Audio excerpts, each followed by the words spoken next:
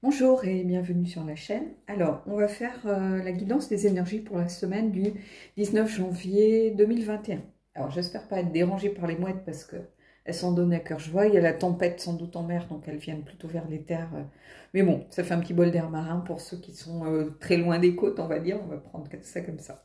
Alors, j'étais en train de me tâter aussi de faire une vidéo un petit peu foire aux questions parce que j'ai eu, j'ai souvent des fois ou des commentaires ou des petits messages de gens qui sont ou très gentils ou pas gentils du tout. Hein. Donc, vous entendez, je ne sais pas si vous en... Alors, il y a les pigeons aussi, hein, et les voisins. Donc dites-moi ce que vous en pensez. Allez, on va regarder. Tirage général, vitesse, mouvement. Ça y est, ça bouge. On commence à être dans des énergies un petit peu qui sortent de ce marasme un petit peu stagnant dans lequel on était. J'ai l'impression que... ou alors les gens en ont marre. Ils ont envie de faire des choses, envie peut-être de se reprendre un petit peu en main, d'avancer dans leurs projets. Mais regardez cette belle énergie de mouvement, de la volonté, cette notion de rapidité, de vitesse, cette volonté d'aller de l'avant ici. Hein. Voilà, j'ai l'impression qu'on change un peu d'énergie, de plan en ce moment, hein, et on a peut-être envie de toute façon, quoi qu'on fasse, autant essayer de maîtriser au mieux les choses. Hein. On subit beaucoup, on n'a plus autant de liberté en ce moment qu'avant, donc il faut essayer de composer avec ça. Et le fait de composer avec ça, ça nous donne peut-être aussi beaucoup plus de niaque pour faire des choses, malgré tout, comme une revanche, un petit côté revanchard par rapport aux événements. Hein. Et ça, c'est quelque chose de plutôt positif. Allez, je vais prendre le tarot. J'ai pris le tarot du royaume caché. Alors, beaucoup me posent des questions en disant s'il a été traduit. Alors, je sais qu'il avait été traduit. Quand je l'ai acheté, moi je l'avais acheté en anglais, mais il avait été traduit. Par contre, en français, je pense qu'il est épuisé. Alors, à savoir s'il va être réédité, peut-être, hein, c'est un tarot que les gens aiment beaucoup. Moi, je l'ai en anglais. En anglais, il existe peut-être encore, hein, renseignez-vous, parce que après, bon, c'est un peu dommage, ceux qui ne parlent pas anglais, de passer à côté du guidebook, qui est vraiment super. C'est un des guidebooks les plus intéressants, sans doute avec le tarot des vampires et avec le Fairies Oracle de Brian Froud. Et le Mariel, bien évidemment. Mais ouais, ça serait dommage. Mais par contre, ceux qui connaissent leurs cartes, qu'elles soient en anglais ou en français, vous vous en fichez un peu. Donc, à voir. Voilà. Alors, on me dit aussi que je ne mets pas des liens vers Amazon ou vers je ne sais quel vendeur. Non, parce qu'en fait, j'estime que vous avez votre libre arbitre pour aller trouver le vendeur qui vous parle le plus. Ça peut être Book Depository pour les États-Unis, ça peut être Amazon, ça peut être Etsy pour les jeux autopubliés, ça peut être directement les sites de créateurs. Voilà, après, ça peut être la petite boutique du coin qui fait un click and collect. C'est à vous aussi de vous prendre en charge, quoi. Je ne suis pas là pour tout faire à votre place non plus. Hein. Donc voilà. Allez, on y va. Alors je sais que il me semble que Julia Jeffrey, qui a fait les illustrations, hein, je la suis sur Instagram, travaille sur quelque chose. Mais après, quand ça va être prêt, je n'en sais rien. Donc j'avoue que j'ai hâte parce que j'aime beaucoup, beaucoup son travail. Allez, énergie générale. Vous voyez, le 10 de denier, la transmission, l'héritage, le partage, le fait de travailler pour la communauté, s'occuper des autres. Donc ici, on est en lien direct avec le mouvement. Il y a peut-être une volonté vraiment de reprendre sa vie en main, de se repositionner dans cette idée d'être utile à la communauté. Ici, c'est ça que je ressens avec ce personnage qui nous regarde, qui a un air vraiment... regardez, on a quelqu'un qui a un air bienveillant. On sent cette bonté, cette empathie envers les autres quand on regarde cette carte. Hein, et puis...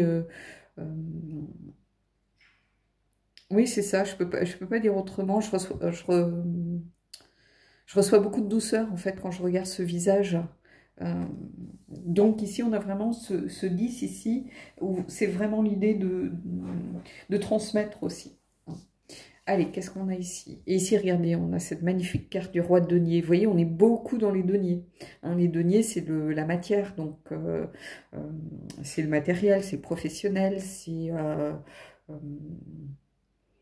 le corps aussi. Hein, voilà, mais ici, c'est plutôt le domaine professionnel, j'ai l'impression. Hein. Et ici, ce roi de denier, c'est quelqu'un qui prend les choses en main et qui est aussi dans cette idée de transmission ici. Hein, avec, on voit peut-être ce grand-père ou ce père avec un enfant. Et il y a cette idée de réaliser des choses pour les transmettre, pour une passation de peut-être de compétences, de savoir-faire, un héritage. Mais il y a cette volonté de faire profiter les autres, en fait, de ce qu'on a pu acquérir tout au long de sa vie. Il y a vraiment cette idée de bienveillance ici, d'être là en soutien. Mais c'est quelqu'un qui est là pour aider les autres. Hein, ici, le roi de denier. C'est quelqu'un de prospère, de mature, qui a sa vie. Ici, on voit quelqu'un avec des cheveux plutôt gris, qui a sa vie derrière lui, qui a beaucoup de sagesse aussi et qui en fait profiter les autres. Hein, qui aide les autres, alors pas forcément en donnant, distribuant de l'argent, mais plutôt en étant là en soutien, en conseil. Hein. Et ici, on a vraiment le 10 ici, et le roi ici, c'est vraiment on a une fin de suite, et on a une fin de cours, donc c'est vraiment quelqu'un d'installé, ici, j'ai l'impression. Donc la volonté peut-être de se positionner un peu plus dans sa vie professionnelle, de reprendre un peu cette vie-là, peut-être se la réapproprier. Ici, c'est ça que je reçois comme information. Et ici, qu'est-ce qu'on a? Et on a, vous voyez, le page d'épée. Le page d'épée, justement, c'est quelqu'un qui est dans la découverte, qui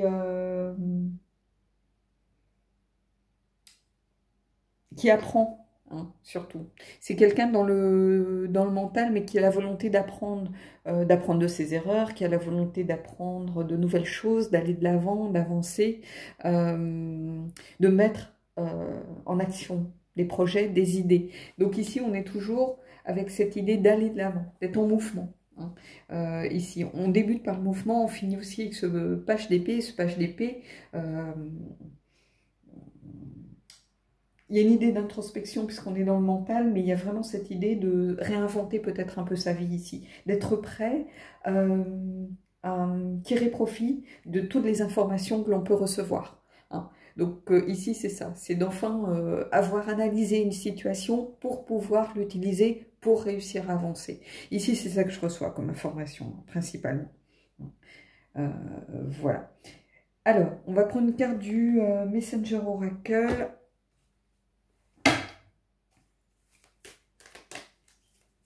Je vais bien mélanger mes cartes parce que je l'ai utilisé pour faire une guidance. La personne, si elle regarde, là, se reconnaîtra. Voilà.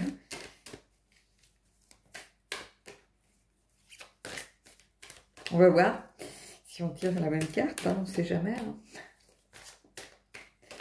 Là, pour le coup, elle se reconnaîtra sans doute. Allez, on y va.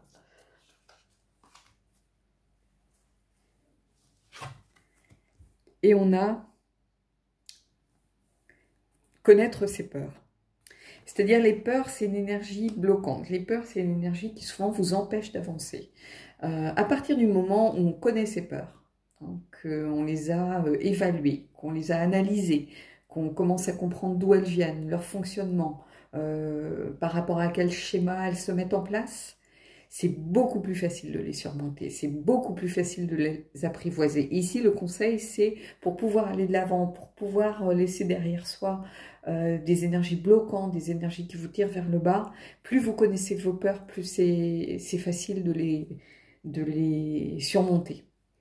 Et quand on surmonte ses peurs, là, on a une route, on a un boulevard en fait devant soi, parce que ce qui nous empêche souvent de faire les choses, c'est simplement des peurs, des degrés divers en fait. On peut avoir des peurs vraiment liées à l'enfance, des peurs profondes, liées à des blessures, à des abus, à des choses comme ça. Ça c'est une chose, mais on peut avoir des peurs beaucoup plus faciles, comme la peur de l'échec par exemple, la peur du ridicule, ce genre de choses.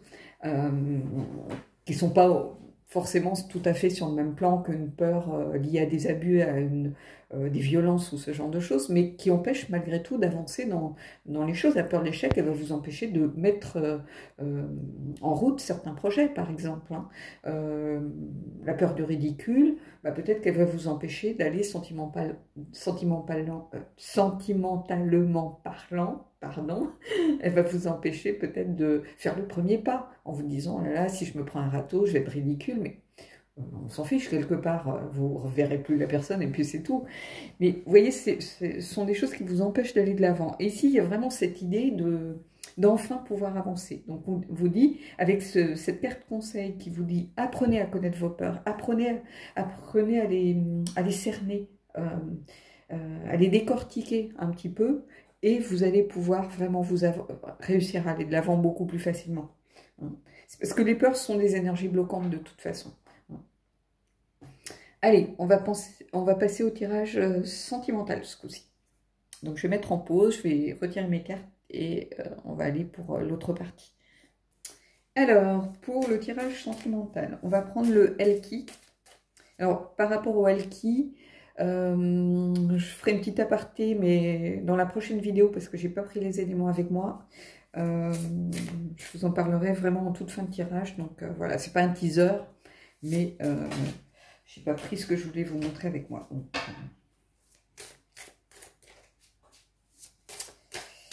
alors, on y va. Je sais pas si vous voyez. Hop.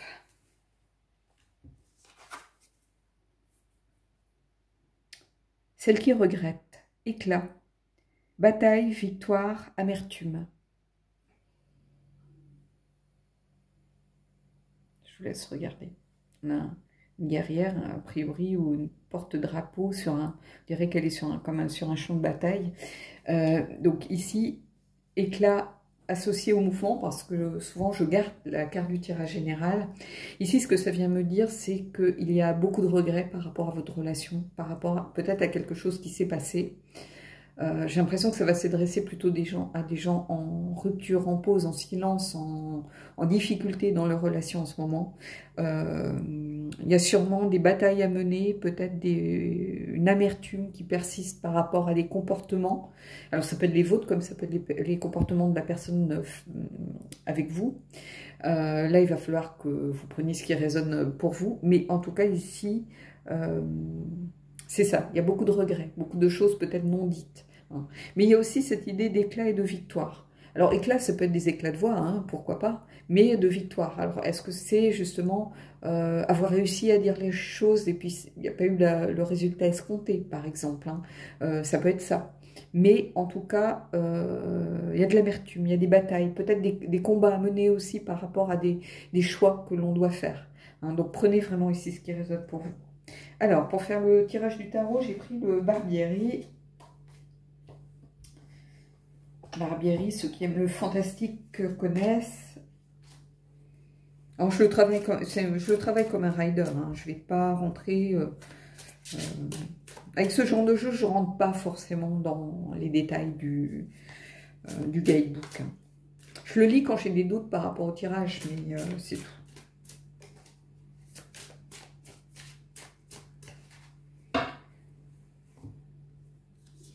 Allez, on va en prendre 3. Je vais juste, on va mettre ça ici. Et je vais les retourner une par une. Donc ici, on a le 9 de bâton. Je ne sais pas si vous voyez bien.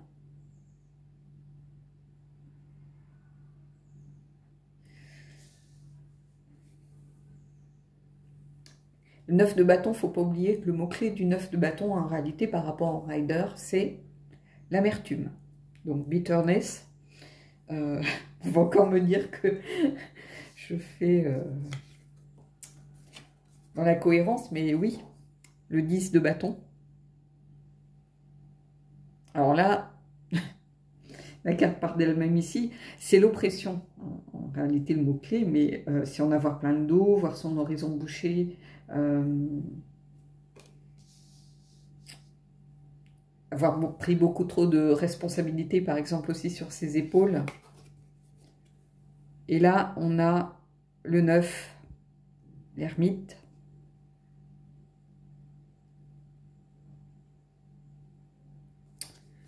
Donc ici, clairement, ça va s'adresser à des gens qui sont vraiment en difficulté. C'est-à-dire qui ont peut-être laissé traîner certaines choses pendant très longtemps. Soit par des non-dits, soit par un manque de connaissances globales, d'analyse globale d'une situation. Quelqu'un qui n'a pas tous les tenants, les aboutissants. C'est comme ça que je le vois. Et puis, vous avez décidé d'avancer. C'est-à-dire, ici on a cette énergie de mouvement. Vous avez dit c'est plus possible, on ne peut pas rester comme ça mène à rien. Donc voilà, peut-être que vous avez décidé de dire les choses, hein, d'où cette bataille à mener avec celle qui regrette. Alors oui, vous regrettez sans doute peut-être d'avoir dit les choses comme vous les avez dites, peut-être que le fait d'avoir attendu, vous avez été aussi maladroit ou maladroite dans votre façon de dire les choses. Le 9 de bâton, c'est ça, c'est sentir aussi que, bien sûr c'est la carte de l'amertume, mais c'est aussi sentir que quelque chose nous échappe. Le fait d'hésiter, de se sentir isolé, comme si vous étiez isolé dans votre relation.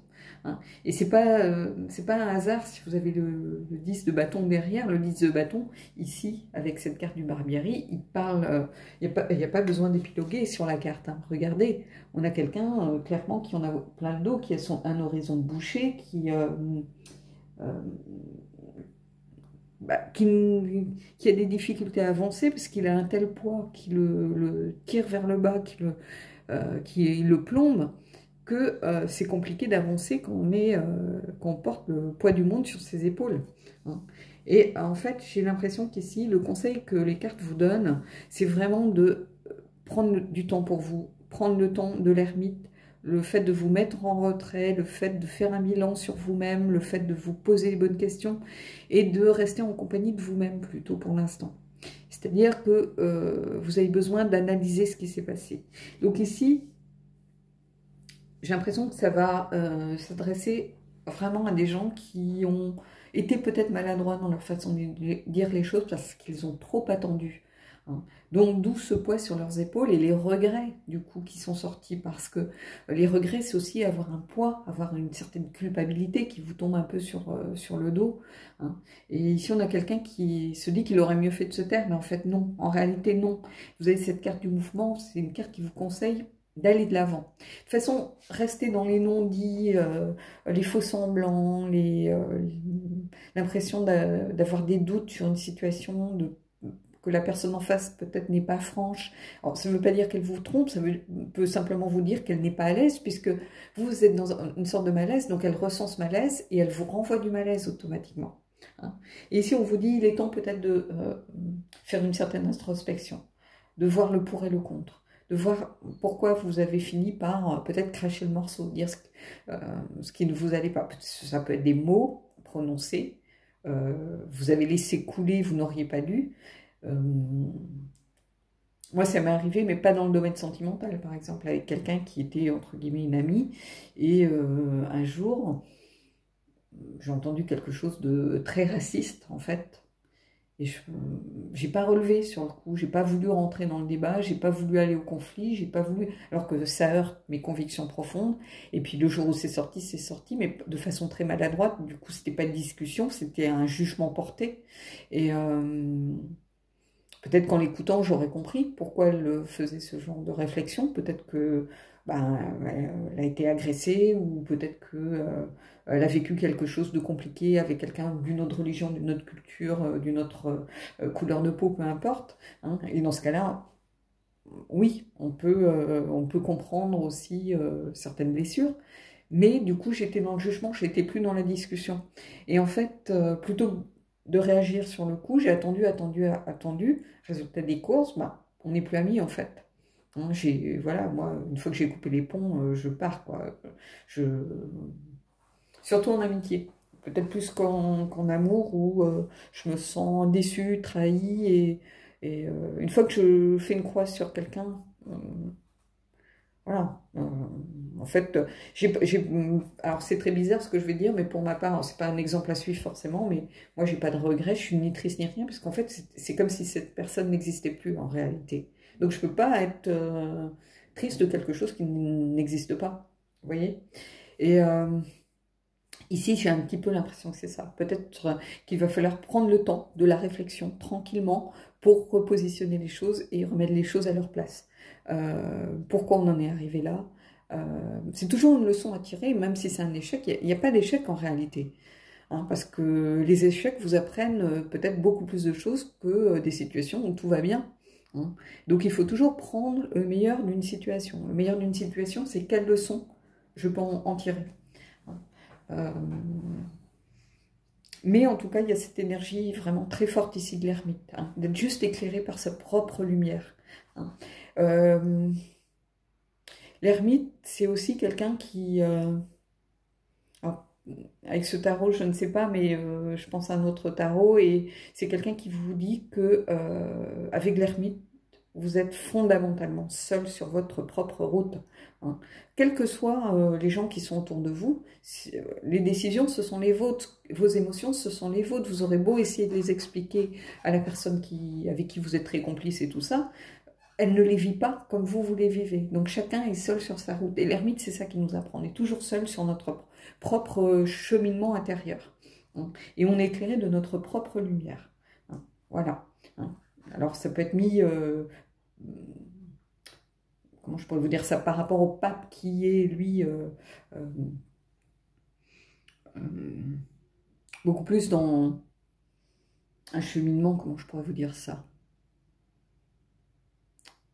Ah zut, j'ai plus réussi à le trouver. Le pape est dans... Il y a quelque chose de l'ordre du sacré, mais du sacré au niveau général. L'ermite vous parle du sacré à votre niveau, à vous. Je ne sais pas si vous arrivez à faire la différence. Donc ici, c'est ça. L'ermite vous demande cette phase d'introspection, de réfléchir à ce qui s'est passé, d'en tirer les leçons, hein. L'ermite, c'est ça. Il y a vraiment l'idée de l'enseignant aussi dans l'ermite, d'apprendre les leçons de ses propres erreurs, des situations que l'on vit soi-même, hein. Voilà. Alors, je vais prendre une carte une carte de quoi donc? Du Shadows and Light. Je ne le trouvais plus.